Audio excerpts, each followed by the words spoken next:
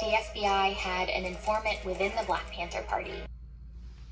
O'Neill had provided the FBI with a hand-drawn floor plan of the apartment, which the FBI then gave to Chicago police. Oh my God, bro. Why did you do that? Whole Black Panther group at 21 years old, fighting for something that was bigger than himself. It was about the people, bro. It was about people that like people with the same skin color as you, bro. No sitting back, can't waste no time. You stack pennies, I can't drop a dime. While they tryna play, I'ma make them rewind. Coach of the team, I'ma get them in line. Give a fuck about the rollie, I got all the time. And she with me or not, I'ma do it for mine. Fuck. Damn, trip another ad? Damn. But look, I'm gonna let the ad go, bro. Why they give it a nigga like me ad? A nigga like me though, man. But look, what's good with y'all? Back with another motherfucking video, man. But look, today we got why the government murdered Fred Hampton. So look, well, the U.S. government murdered Fred Hampton. So look, Fred Hampton was a problem. I'm not too much knowledge on him all the way, but I know he was a problem. If I'm correct, leader of the Black Panther Party, Fred Hampton, man. Let's look into Fred Hampton. I see. Let me refresh my memory, cause I forgot some things here and there. December 4th. But the most important thing I remember is he was a black activist, civil rights movement activist, one of the most known, man. He was a problem, bro. He was a threat. That's why they had to get him out of here when he was a real threat.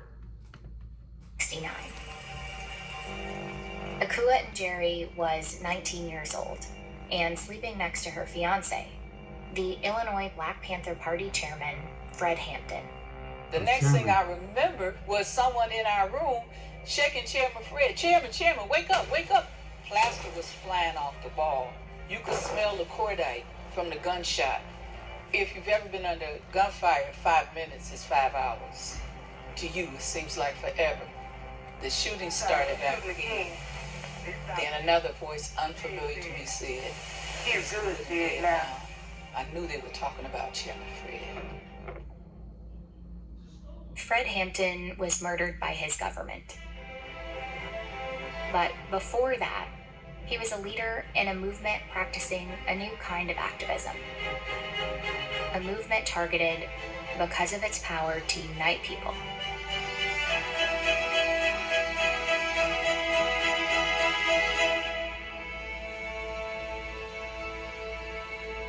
Marking 1964 as a historic year in race relations, on July 2nd, President Johnson signed into law the Civil Rights Act.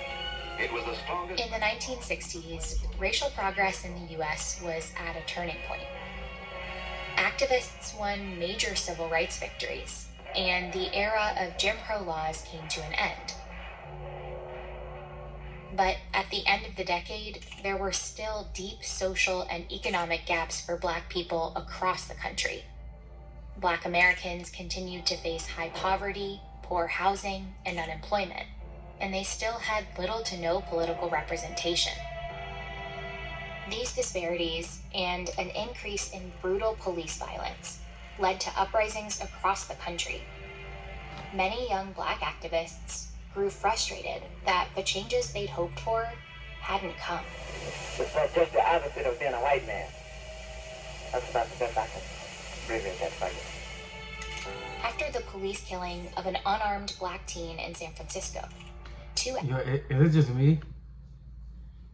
Why this nigga? You know, I ain't gonna. And a white man. Nah, I don't think it's the time to make jokes. I'm about to make jokes over here and shit, bro.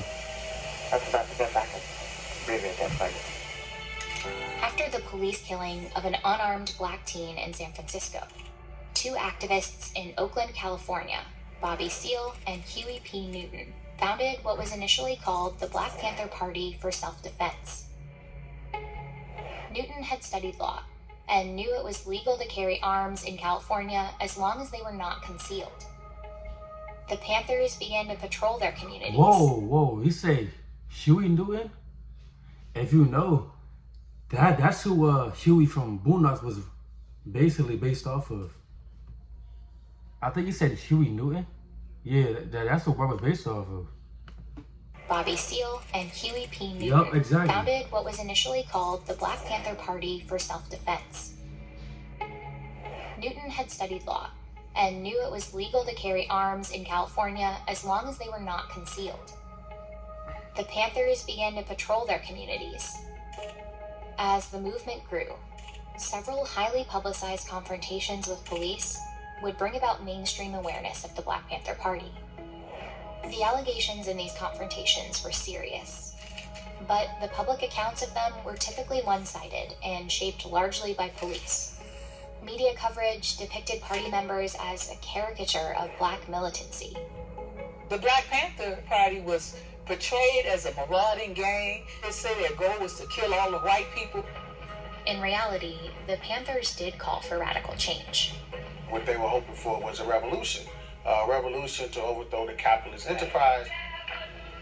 But what they called revolution might not. But bro, do you know how hard it is for you to go against something like this, bro? Like a whole system that's built on keeping you down. Do you know how hard that shit is, bro? That's not something easy to do. It's not something you could even do by yourself, for real, for real. Like, it only takes like-minded individuals. It only takes more than one person. It takes, not even 10 people can do this. It takes more than that, bro.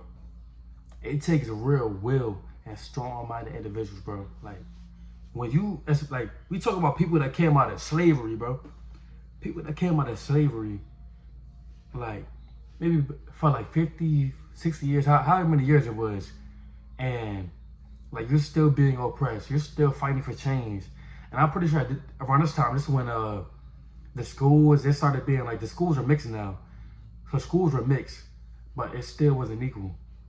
I'm pretty sure at this time. It's just insane, man. Like, the resilience was just on peak. Actually sound so radical today.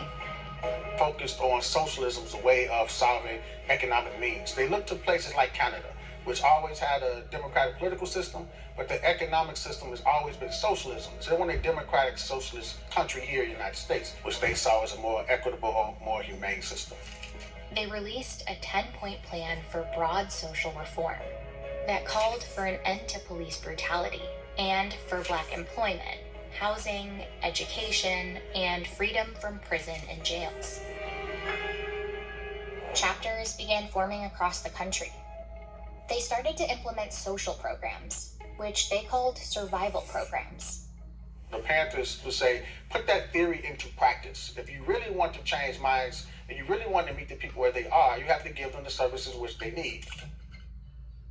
Here's how we created our pet steps app for class project. First, the brush. Now the last. Man, this shit got me thinking, bro, deep. Perfect. Ready for color. Then you drag it into our design. Then done. This shit got a nigga thinking for real, man. What the fuck? Roy Cooper here, and I have an urgent request. Trudeau. Will you pitch into my campaign? The programs And we only 4 minutes in right now. include food and clothing drives, free health clinics, and sickle cell disease testing, and were funded largely by volunteers and donations from businesses. One of their biggest programs was a free breakfast for children initiative. Here we are living in 1966, 67, is the most wealthy nation in the world. And kids were going to school hungry, especially in African American communities. So one of the first community service programs were free breakfast for school children. And all the children had to do was come. It was during this time that Akua and Jerry, then known as Deborah Johnson, met Fred Hampton. I was a student at Rice City College, and Chairman Fred had come up to the school and speak. And he said, in the breakfast program, we feed over 3,000 children a week. We're serious about making power to the people of reality. We're not just sitting up here jaw-jabbing and talking shit, you know. We about work. And I said, damn, they're serious about this business. Fred Hampton grew up in Maywood, Illinois, just west of downtown Chicago. He became president of his local NAACP Youth Council in 1967, at 19 years old. Shortly after, he was recruited by a founder of the Illinois chapter of the Black Panther Party. That you can deal revolutionary, but you can't deal a revolution. Right. Because of his charismatic skills, he quickly rises to the top of the crop. Here he is at age 21, building and leading the Illinois chapter Black Panther Party. Soon after they met, and Jerry and Hampton became a couple. Anybody that has met him or heard him speak, they say he wasn't bullshit. He was for real. You got to understand, the people have to speak Christ. If you dare to struggle, you dare to win. If you dare not to struggle, then goddamn it, you don't deserve to win. Let me say peace to you if you're willing to fight for it. Chicago in particular was a place where the party's ideals especially resonated. It was then the second largest American city, and due to decades of discriminatory policies, also one of the most segregated. Chicago's mayor at the time, Richard J. Daley, opposed neighborhood integration. And in the 1950s, the city had begun to redevelop certain neighborhoods, pushing low-income residents out and into densely packed, high-rise public housing in already overcrowded neighborhoods. Black people were pushed primarily to the south and west side of Chicago. But it's just like, damn, like, a nigga really, like, that nigga Fred Hampton, like, that's not easy, bro. Like, you in the worst conditions. People have been oppressed, and you're really seeking change, even if it means you getting killed.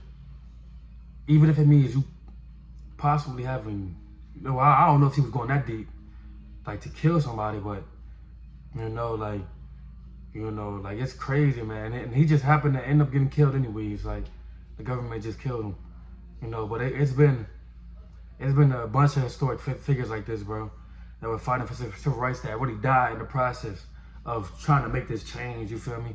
That's the only thing about it. Like, with all these changes even happening, even during slavery, man, a lot of people had to die, bro, and it's just unfortunate. But this is why somebody like me is able to be on this and able to even talk about some shit like that, because they all died for that. But Puerto Rican population was here in Lincoln Park, and poor white people were concentrated here in Uptown. These groups all faced similar problems. They all had dilapidated schools. They all had dilapidated homes. They were all being drafted into Vietnam. Very few of those communities had health care. In 1969, Hampton led the Panthers towards an unexpected alliance, a coalition of activists working across racial lines against a corrupt city government that threatened their communities. We're going to fight racism, not racism, but we're going to fight the South there. What they had in common was their poverty. So they was building a revolution based on class solidarity that transcends race, that they all had the same hell to pay. Hampton named the group the Rainbow Coalition. It included the Black Panthers, a Puerto Rican group called the Young Lords, and a group called the Young People. And what I would agree with too, like, he has very crazy takes at times, but Charleston White made a point. Like, I'm not saying he was right, but he did make a point when he was talking about, like, Martin Luther King Jr., Malcolm X. I don't know if that Malcolm X shit is really that true. They said they all died poor. They didn't have nothing to pass on to their families, but they died for their race, bro. They died with they might have died poor, but it's like they left on a legacy, bro, of things that they said. They were knowledgeable, especially Malcolm X. He was knowledgeable, man. Like, a very smart dude, bro. Like, broke you down in a fucking debate, bro. Like, you couldn't hang with Malcolm X, bro, when it came to debating. Like, he knew what he was talking about, even though he said he had his wrongs in the nation of Islam. He said it was wrong. He said he felt like it was wrong, like what they were doing in there. But just like any other human. But man, he really studied his talk, man, for sure. But Charleston White is right on the aspect where he said that they died poor, which they did. But it's like, did he really? Because it seemed like mentally he was rich to me. Made up of largely poor white migrants from Appalachia who had moved to Chicago seeking economic opportunity. We don't hate the motherfucker white people, we hate the oppressor, whether he be white, black, brown, or yellow. We got to know that. I don't mean sing Kumbaya and make a quilt. I'm talking about bringing them together on common things they can unite on. Not everything, but who could say that children do not deserve to have a healthy meal? We will work with anybody, form coalition with anybody that has revolution on their mind. We're not a racist organization because we understand that racism is an excuse used for capitalism. Hampton and other Panthers helped the Young Lords and Young Patriots launch their own social programs. They organized protests together. And it was working. Members were traveling across the country to organize Rainbow Coalition chapters. Particularly where Black Panther chapters were, but also in these rural white communities as well, to bring the revolution to bear. This blows people's minds. These people are not supposed to get along, but here they are operating as brothers of the struggle, as revolutionaries against the capitalist structure. And that was the threat to the state at the local level, but also at the national level. In 1968, the FBI had sent around this internal memo. It outlined goals to prevent the coalition of militant Black nationalist groups and prevent the rise of a messiah who could unify and electrify the militant Black nationalist movement. It wasn't written about Hampton specifically, but by 1969, Chairman Fred Hampton was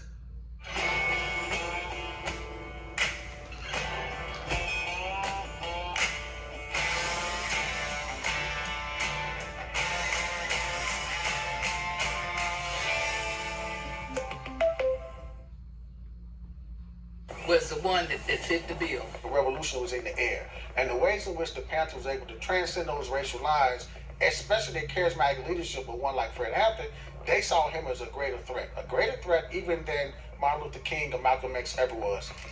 In one FBI memo, Dang, they said he was a greater threat than Malcolm X and MLK? Dang. I never even heard that myself, to be honest. I didn't know.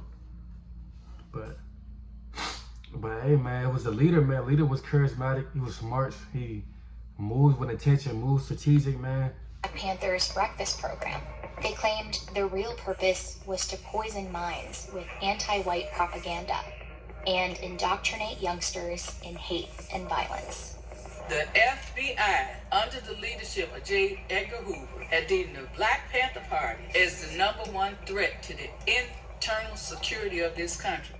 The FBI operated a counterintelligence program called COINTELPRO. It was a program that targeted dissident political groups in the U.S. Their methods typically went outside the law. They were using tactics such as assassination, discrediting, false narratives. They were falsely putting people in prison and exile, which were all illegal. Several Black Panthers were killed or imprisoned, including the party co-founders. In Chicago, the party was also targeted by Mayor Daley and the Chicago police. Our office was burned down at least 3 times. People would disappear. You never see their bodies again. Before you go to bed, man, say I am a revolutionary. Make that the last word. In case you don't wake up, then somebody might believe it. You might end up in what they call a revolutionary happy hunting ground. Hampton, a rising star at just 21 years old, knew he was a target too. He'd been arrested in 1968 for allegedly robbing an ice cream. This is at 21 years old, bro. Like, that's insane, man. Bro, he was leading a whole Black Panther group at 21 years old, fighting for something that was bigger than himself. It was about the people, bro. It was about people that, like, people with the same skin color as you, bro. Just fighting for what was right, the equality, bro. I just don't understand why that. How did they not see it then, though? How did the government not see that this is what's right? How did they not see it, bro? I don't understand that. How did they still not see? And handing out $71 of ice cream. In 1969, he was sentenced to 2 to 5 years in prison. He appealed and was released on bond, but lost the appeal. He'd have to return to prison by December 6th.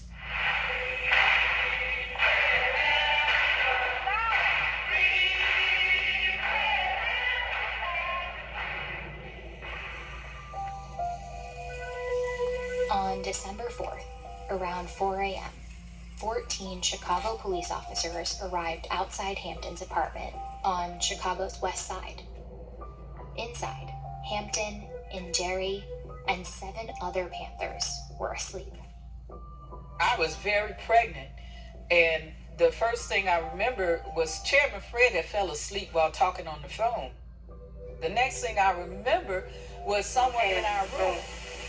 Start shaking the chair. Chairman, wake up, the pigs are vamping. And I'm seeing Chairman Fred look up, and then he laid his head back down real slow. Officers kicked open the door and shot Mark Clark, a visitor from another party chapter. They shot a sleeping 18-year-old named Brenda Harris. Then they shot in the direction of Hampton's bed. Whoa, run it back. Clark, a visitor from another party chapter. They shot a sleeping 18-year-old named Brenda Harris. Then they shot in the direction of Hampton's bed.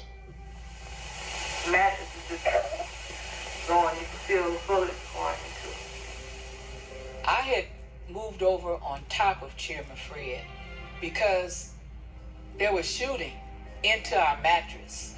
The person that had come into the room kept shouting, stop shooting, we have a pregnant sister in here. Eventually, the shooting stopped. And Jerry was forced into the kitchen when she heard another voice. Someone said he's barely alive. You'll barely make it. I assume they were talking about Chairman Fred. Pig said, he's good and dead now. As they took me out and jammed a revolver to my stomach as I was handcuffed behind my back. I didn't look towards our bedroom because I didn't know what I would see or how I would respond. The police fired nearly 100 shots. Fred Hampton and Mark Clark were dead. The 7 surviving Panthers were arrested. And police smiled as they removed Hampton's body from the scene.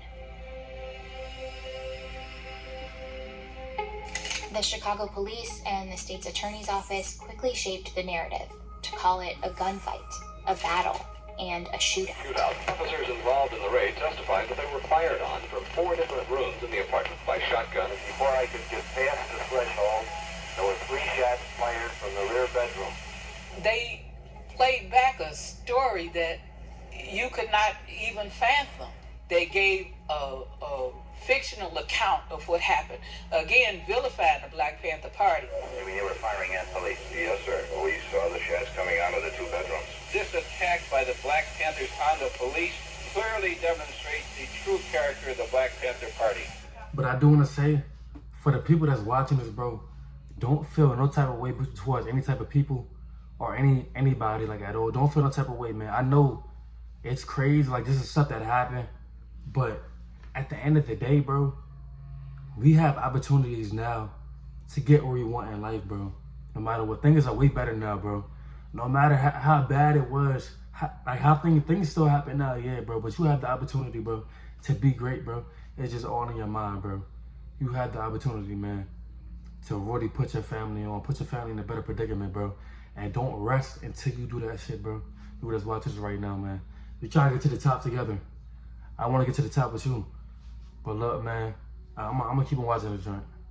But experts and lawyers hired by the Panthers, along with other journalists, inspected the crime scene.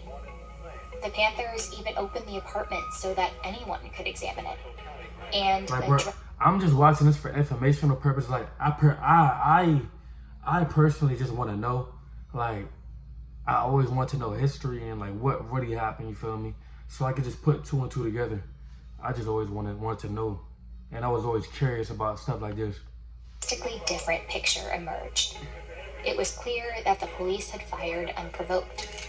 Of the nearly 100 shots fired, only 1 possible shot could have come from a Panther's gun, likely from Mark Clark at the front door. The bullet holes that the police said came from Black Panthers were nail heads.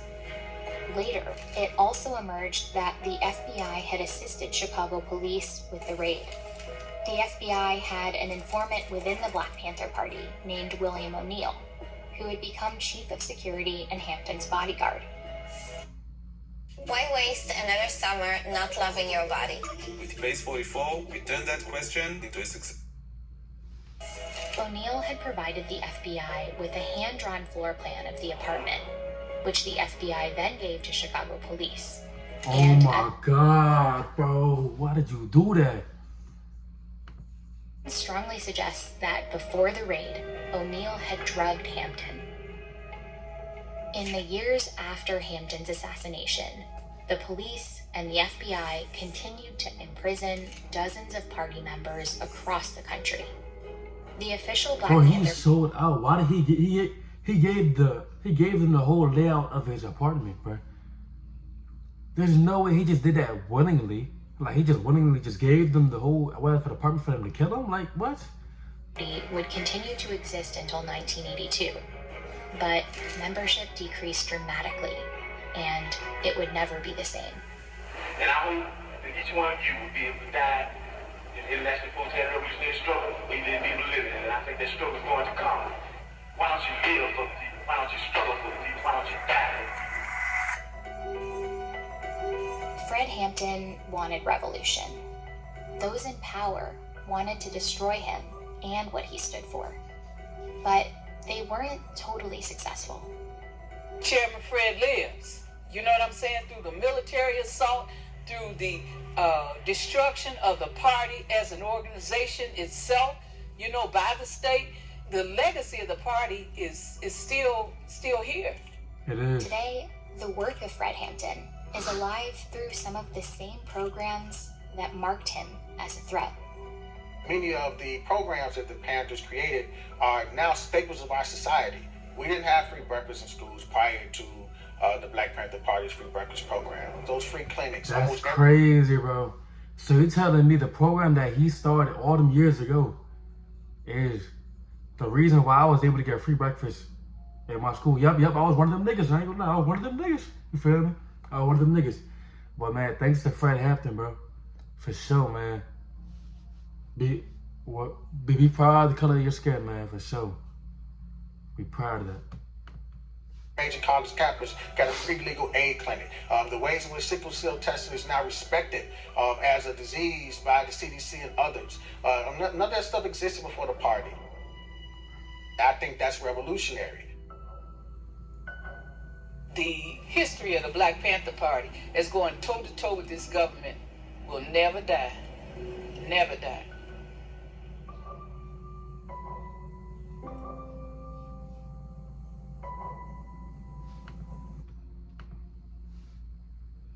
Thanks for watching this video. If you want to learn more about Fred Hampton, there's an amazing 1971 documentary called The Murder of Fred Hampton, available to stream via the Chicago Film Archives at the... Bro, I still can't believe this nigga gave the layout of the fucking room, the apartment and shit, man. What in the world, man? Like, I think I'm about to go on this joint and just watch Malcolm X videos and more Fred Hampton, man. I feel like going through another rabbit hole right now. I think this might be the rabbit hole right here. You know, I be having my rabbit hole scenarios and shit. Well, if y'all felt with the video, man, comment how y'all feel about this video, how y'all feel about Fred Hampton, how y'all feel about Malcolm X, how do y'all feel about the civil rights movement in general, anything like that, anything related to that, let me know some. Like, comment, subscribe, keep on fucking with your boy, man. I'm gonna see y'all niggas next time. Peace out.